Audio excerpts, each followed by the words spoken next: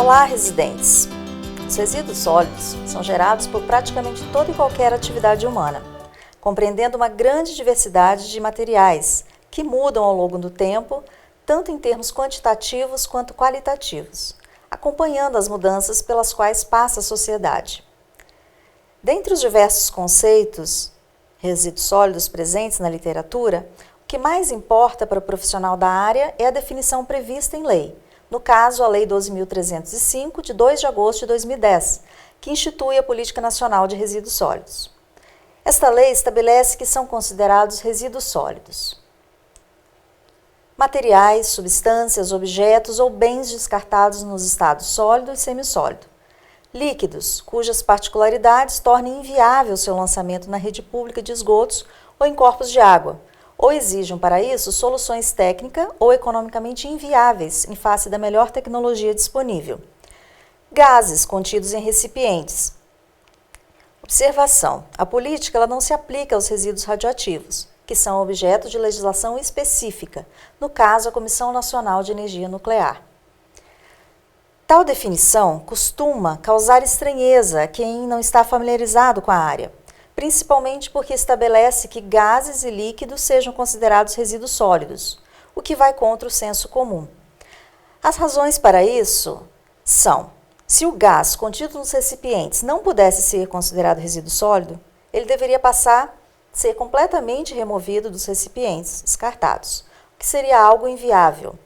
E o fato de alguns líquidos poderem ser considerados resíduos sólidos permite que líquidos perigosos sejam acondicionados, por exemplo, em tambores e dispostos em aterros de resíduos industriais. E o termo semissólido permite que lodos de estações de tratamento de água e de tratamento de esgoto sejam gerenciados como resíduos sólidos e, assim, dispostos em aterros. Destaca-se ainda a diferenciação dos conceitos.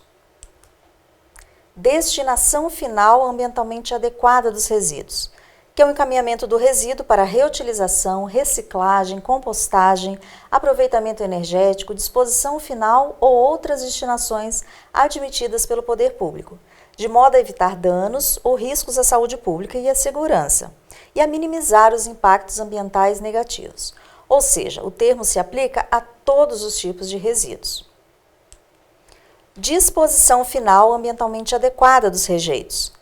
Um resíduo passa a ser chamado de rejeito quando se esgotaram todas as possibilidades de tratamento e recuperação por processos tecnológicos disponíveis economicamente viáveis, de modo que não haja outra alternativa que não seja a disposição final ambientalmente adequada.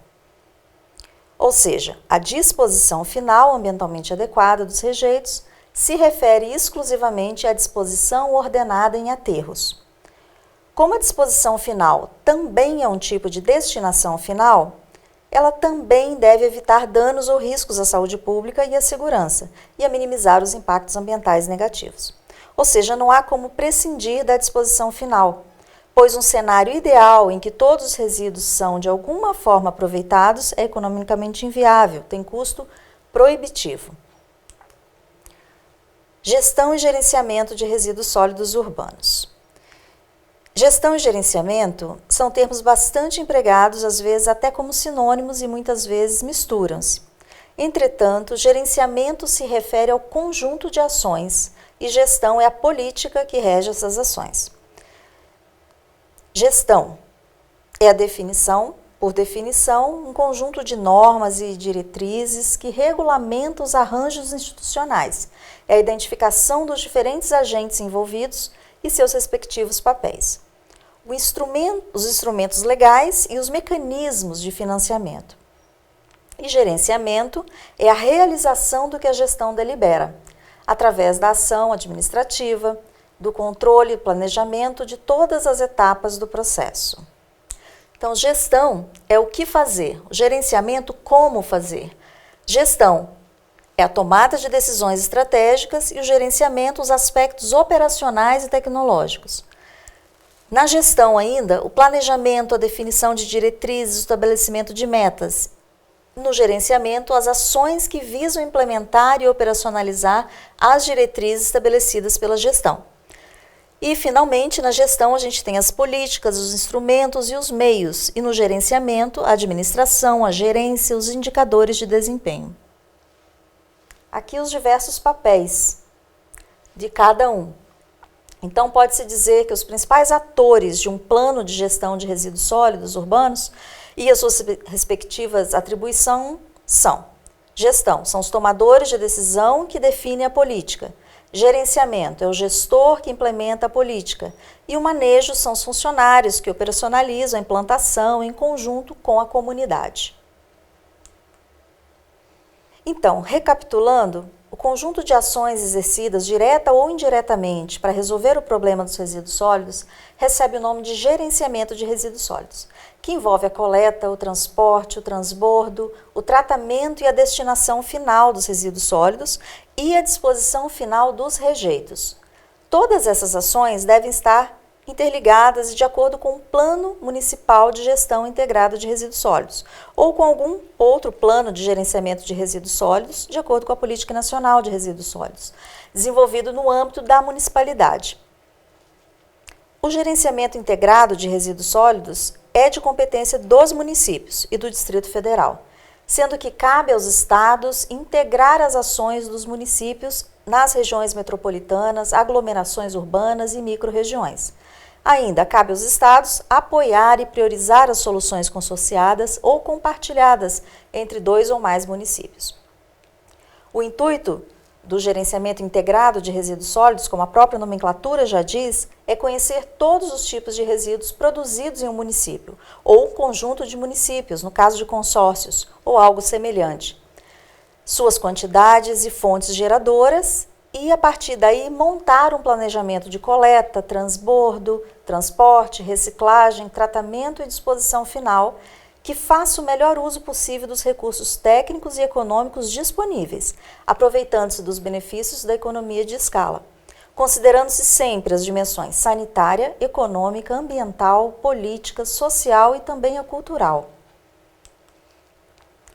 A Política Nacional de Resíduos Sólidos definiu também a seguinte ordem de prioridades para o gerenciamento integrado: a não geração, redução, reutilização, reciclagem, tratamento e disposição final.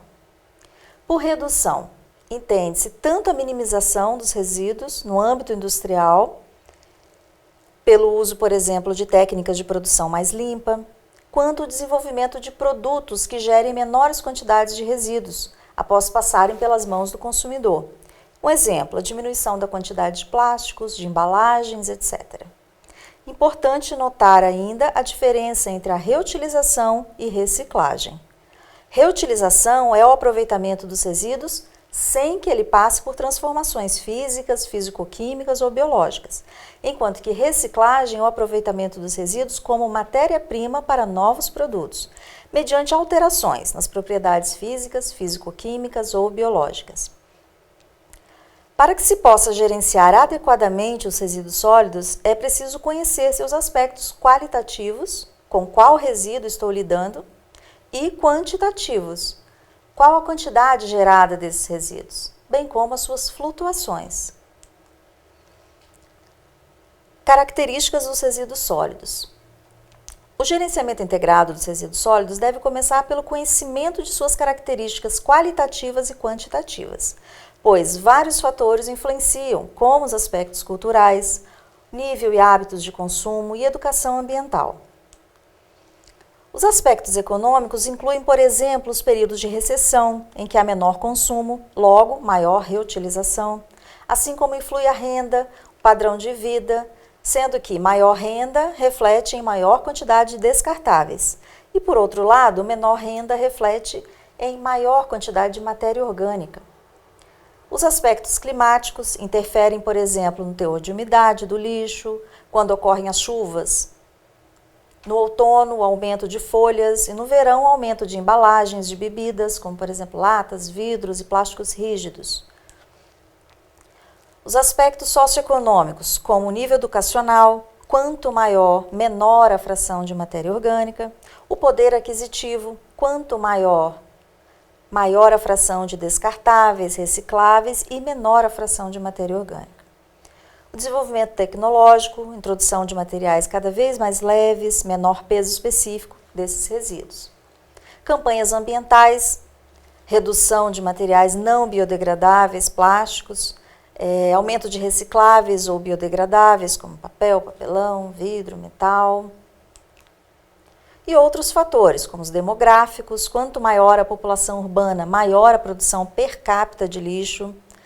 Épocas especiais como Natal, Ano Novo, Páscoa, um incremento de embalagens, matéria orgânica, mesma coisa do Dia das Mães, Dia dos Pais, que aumenta o teor de embalagens, papel, papelão, plásticos maleáveis.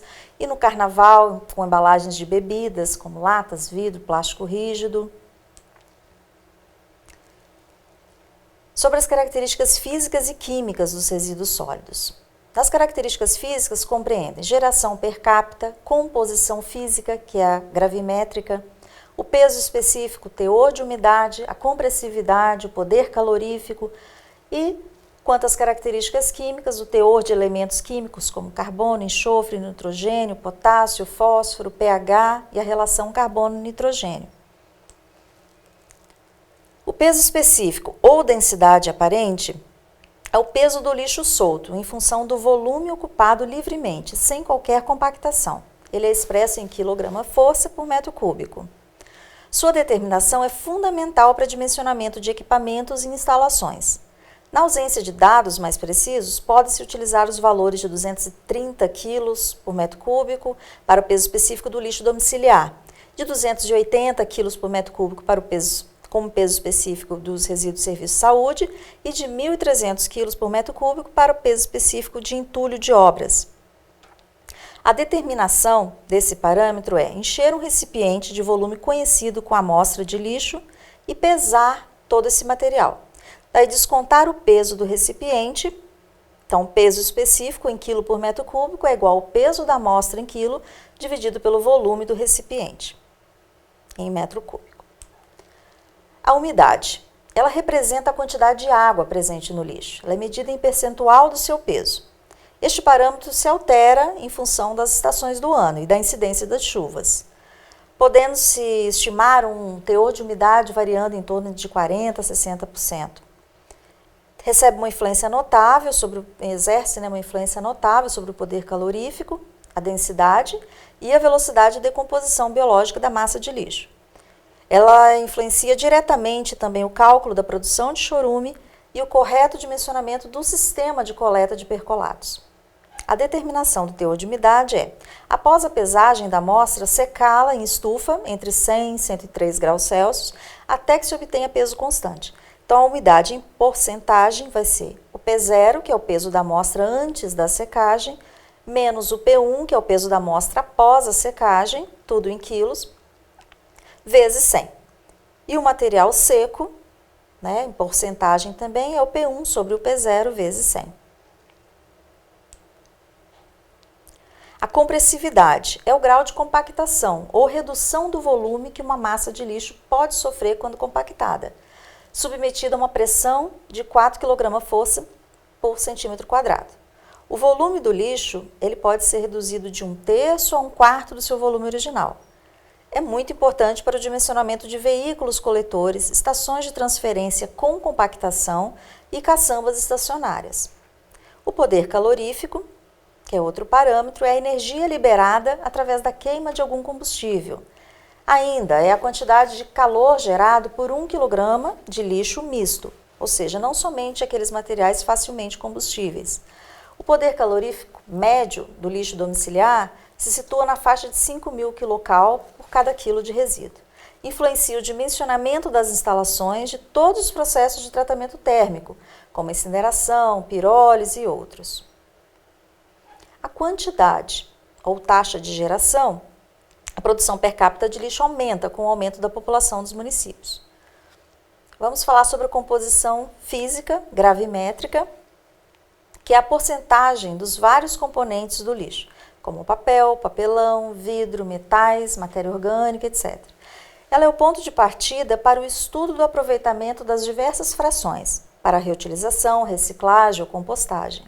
A determinação desse parâmetro. Após a obtenção da amostra final, fazer a separação manual dos vários componentes do lixo, como matéria orgânica, vidros, plástico, papel, papelão, e pesar cada um desses componentes separadamente.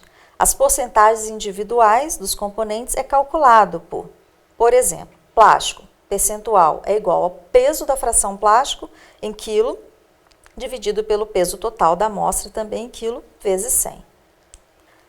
Amostragem para a caracterização do lixo. O objetivo da amostragem é ter uma amostra que é representativa do todo. Portanto, a coleta de amostras, assim como a medição do lixo encaminhado ao aterro, jamais deve ser realizada num domingo ou numa segunda-feira. Em cidades turísticas, jamais efetuar a coleta de amostras em períodos de férias escolares ou de feriados, a não ser que se queira exatamente determinar a influência da sazonalidade sobre a geração de lixo da cidade. Jamais efetuar determinações do teor de umidade em dias de chuva e, preferencialmente, as determinações devem ser feitas de terça a quinta-feira, entre os dias 10 e 20 do mês, para evitar distorções de sazonalidade. Levantamento preliminar de dados. Sistema de limpeza pública, número de setores de coleta, frequência de coleta, características dos veículos coletores, tipo, número, capacidade. Quando torna-se onerosa a amostragem em todos os setores de coleta, pode-se agrupá-los, utilizando-se critérios como características das edificações, densidade populacional, poder aquisitivo, costumes, ocupação da área, se mais residencial, comercial, etc. Considerar os aspectos de sazonalidade e climáticos, influências regionais e temporais, flutuações na economia, pois interferem bastante na composição física dos resíduos, e aconselha-se também que as análises sejam feitas sistematicamente. A amostragem. Para a determinação da composição física ou gravimétrica do lixo urbano, a gente faz a amostragem. A amostragem inicia-se com a chegada do caminhão de coleta de um determinado setor. Após a descarga do seu conteúdo em 4 montes iguais, estes são revolvidos e misturados individualmente, para posterior retirada de cada um saco de resíduos com aproximadamente 100 kg cada. A etapa do quarteamento. Misturar o conteúdo de cada monte separadamente, mais ou menos 100 kg cada. Misturar depois 2 a 2 os montes, formando 200 kg cada. E a gente faz o primeiro quarteamento, que é misturar os montes novamente com 100 kg, mais ou menos 100 kg cada. E no segundo quarteamento, a gente obtém a amostra representativa para a composição física, no entorno de mais ou menos 100 kg cada um. Características químicas dos resíduos sólidos. Composição química, definição da forma mais adequada do tratamento, ela é importante para isso, principalmente para a compostagem e para a disposição final. Exemplo de alguns elementos químicos que são importantes: nitrogênio, fósforo, potássio, enxofre, carbono. E a relação carbono-nitrogênio, que também faz parte da composição química. Ela é fundamental, por exemplo, para se estabelecer a qualidade do composto produzido. Essa relação carbono-nitrogênio, ela indica o grau de decomposição da matéria orgânica do lixo nos processos de tratamento e disposição final. Em geral, essa relação encontra-se na ordem de 35:1 a 20:1. O pH é um outro componente químico, indica o teor de acidez ou alcalinidade dos resíduos. Em geral, situa-se na faixa de 5 a 7 e serve para estabelecer o tipo de proteção, por exemplo, contra a corrosão, que deve ser usado nos veículos, em equipamentos, contêineres, caçambas metálicas. A determinação: toma-se 10 gramas de amostra seca a 70 graus por 24 horas. Esse material é triturado, adiciona-se mais 250 ml de água destilada, homogeneizar isso por uns 3 minutos, deixar em repouso por 5 minutos, finalmente filtrar e medir o pH do filtrado. Os sólidos voláteis indica a fração orgânica que é oxidada e expulsa como gás a dada temperatura, restando no final um material inerte, que são sólidos fixos. A determinação dos sólidos voláteis se dá 5 gramas de amostra seca a 70 graus Celsius por 24 horas. Esse material também é triturado, leva-se ao forno mufla a 500 graus Celsius por 2 horas. Daí deixa esfriar em dessecador finalmente pesar esse material. O percentual de sólidos voláteis vai ser igual ao peso inicial da amostra menos o peso final, dividido pelo peso inicial vezes 100. E os sólidos fixos em porcentagem vai ser igual a 100 menos os sólidos voláteis obtidos anteriormente. O teor de matéria orgânica é a quantidade de matéria orgânica putrescível, ou seja, restos de alimentos e não putrescível, como papel, papelão, etc., contida no lixo. Importante na avaliação do processo de compostagem e do estágio de estabilização, por exemplo, do lixo aterrado. Classificação dos resíduos sólidos. Os resíduos sólidos podem ser classificados de diversas formas, dependendo do objetivo dessa classificação. Quanto à origem, são classificados como urbanos, industriais, serviços de saúde, agrícolas, entulho, resíduos de portos, terminais rodoviários e ferroviários e radioativos. Aqui nós temos uma tabela que mostra os tipos de lixo e as responsabilidades de cada um dos agentes. Então, o lixo domiciliar é de responsabilidade da prefeitura, o comercial também da prefeitura. Dependendo da lei municipal, parcela desse resíduo pode ficar a cargo da municipalidade. De serviços, também da prefeitura.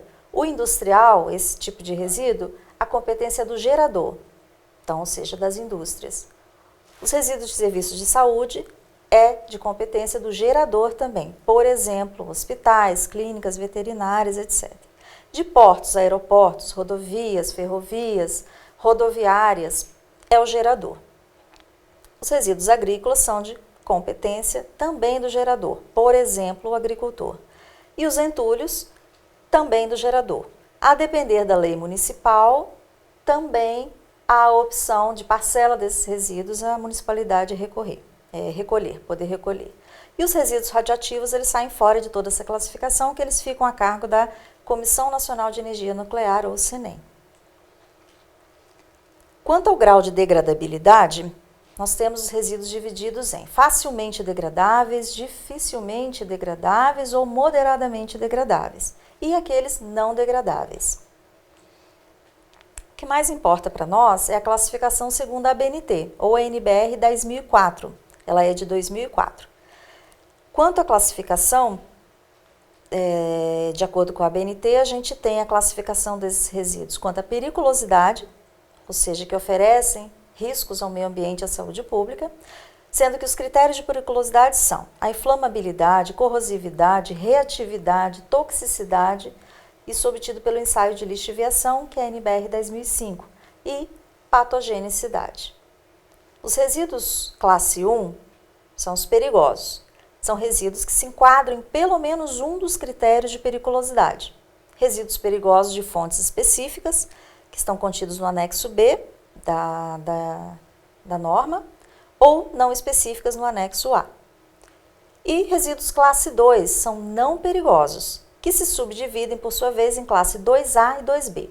Os resíduos classe 2A são não inertes, ou seja, podem ter propriedades como biodegradabilidade, combustibilidade ou solubilidade em água. E resíduos classe 2B, que são os inertes, seus constituintes solubilizados, segundo a NBR 10006, não ultrapassam as concentrações preconizadas pelos padrões de potabilidade da água. Atualmente em vigor a Portaria de Consolidação número 5 de 2017 do Ministério da Saúde, excetuando-se nesse caso os aspectos de cor, turbidez, dureza e sabor. Aqui nós temos uma tabela contendo alguns tipos de resíduos domésticos potencialmente perigosos, comumente presentes no lixo domiciliar, como alguns materiais para pintura, tintas, solventes, que se tem em casa esses produtos, alguns materiais para jardinagem e de uso doméstico para animais, como pesticidas, inseticidas, alguns repelentes, herbicidas, materiais automotivos, como óleos lubrificantes, algum tipo de bateria específica para carro e outros itens, como pilhas, aerossóis e lâmpadas fluorescentes. Demais normas técnicas importantes no estudo da classificação dos resíduos sólidos são a NBR 10005, ela também é de 2004, que trata da lixiviação de resíduos. ou seja, a separação de substâncias contidas nos resíduos industriais por lavagem ou percolação. A NBR 10.006, também de 2004, que trata da solubilização de resíduos.